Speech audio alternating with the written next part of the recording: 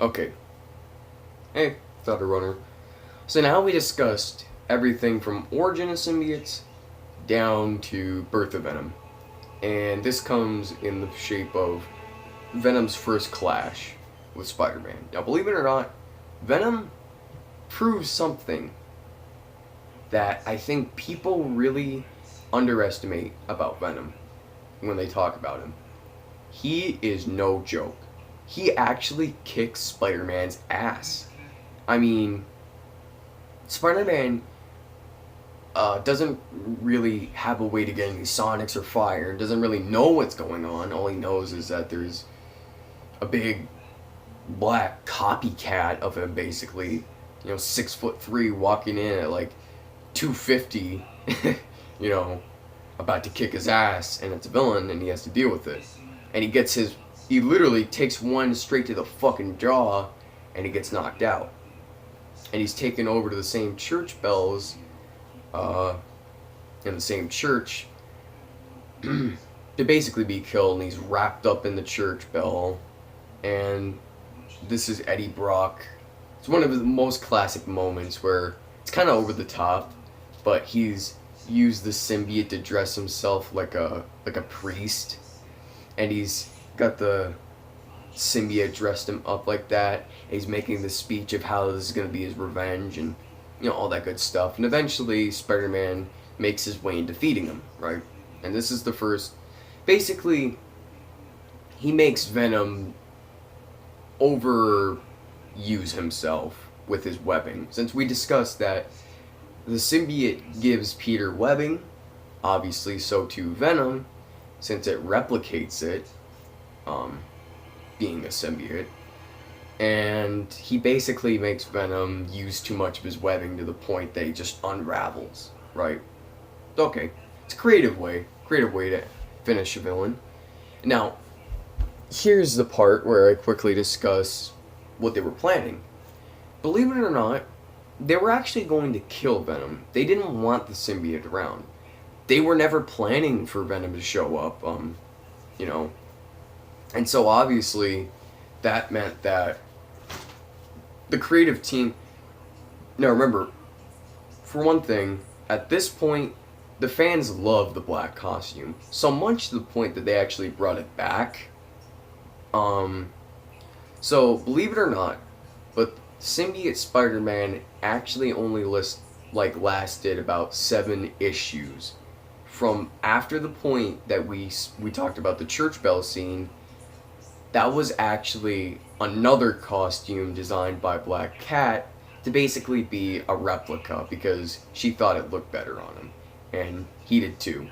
And for about 70 issues, which is a pretty good span. Mind you, an issue is about a week to a month worth of time. Yeah, he wore it for a good few years. And that was the cloth version, the fake symbiote. So, obviously, birth of Venom. And they were planning to kill off Eddie with his cancer. They basically were going to kill off the symbiote with a one-off villain named, or two villains named Sticks and Stone. You don't need to know them. All you need to know, they were divisive. They were made for the purpose of killing Venom. They basically, Sticks touches Venom, and the symbiote burns off, and Eddie goes to prison. And the plan was Eddie was going to die of cancer in prison. Pretty fucking sad. But obviously the fans were like, no, you fucking idiots. You had such a cool idea, and you took away the symbiote suit. For one, you fuckers, so fuck you. And for two, you killed the villain you made, so fuck you. So obviously they were pissed, right? And this leads us to Venom breaking out a couple of times, and the symbiote basically recovers. And these moments, they're random, and they came at any time, but it was Venom versus Spider-Man classic, right? It was whenever, right? It lasted for a good few years, but then eventually they wanted to do another Venom, right? Now, originally, the plan was to get rid of Venom entirely, and they were going to basically make another one, right? But fan reception blocked that, so they had to keep Venom. And Venom stayed as a Spider-Man villain, but then they wanted another one, right? And the only way to do that, in their mind, anyway, was originally the... So here comes into play Carnage, and this is a big role. Carnage is the son / child of Venom. Now, obviously, symbiotes don't have sex, so it's all asexual. It basically is just goop that just splatted out goop, right? Still probably would look disgusting, but... So what happens is Eddie Brock is in prison for about like the third or fourth. So Spider-Man and Venom have had a good few fights, but believe it or not, from this point on, you will hardly ever hear about me talking about Eddie Brock trying to kill Spidey. Now, there are a few times where he turned villain again, only on a couple occasions. And those occasions I don't really have to dive into all that much, but let me explain. Carnage, being the child of Venom, is bonded to a man named Cletus Cassidy, and Cletus Cassidy is complete psychopath. Basically, to explain him, psychopath from a psycho family, and put in prison right now for about however many murders. I think 18 confirmed, right? God knows how many more he did. Some say maybe 100, right? And so Eddie Brock is Cletus's cellmate. And Cletus is going to spend life in prison. Eddie, 30 to life, I think. It doesn't matter. They normally don't sentence them anyway in comics. They mostly just say he's in prison. But what happens is the symbiote reproduces. It basically makes its way back to Eddie, and it breaks Eddie out and leaves behind the offspring, Carnage, as it's called. And Carnage is born when it bonds to Cletus Cassidy and bonds to his bloodstream. So this means Carnage and Cletus are one and the same. They are literally, genetically, they grow inside of each other. Which sounds a little bit weird and disturbing, but what I mean is, from that point on, they're pretty much inseparable. I mean, obviously, the Carnage symbiote has moved around a couple of times, but the gist of it is that Carnage and Cletus are mostly inseparable. So, the original storyline with Carnage isn't Maximum Carnage. That's the second time we see Carnage. It's basically where Carnage breaks out. It's actually a pretty good one. Don't get me wrong. And he's breaking out, and he's wreaking havoc on New York, and Spider-Man's investigating. And he thinks the only person who could have done these kinds of murders was Venom. He figured out wasn't, because it's another symbiote, Carnage. It's someone that he, eventually he fights and he meets up with, and loses. Carnage gets away. And Spider-Man knows that Venom is stronger than him, right? But he realizes that Carnage is much stronger than Venom. Much. To give you a ratio, Venom is like is the strength of 2 Spider-Mans put into one.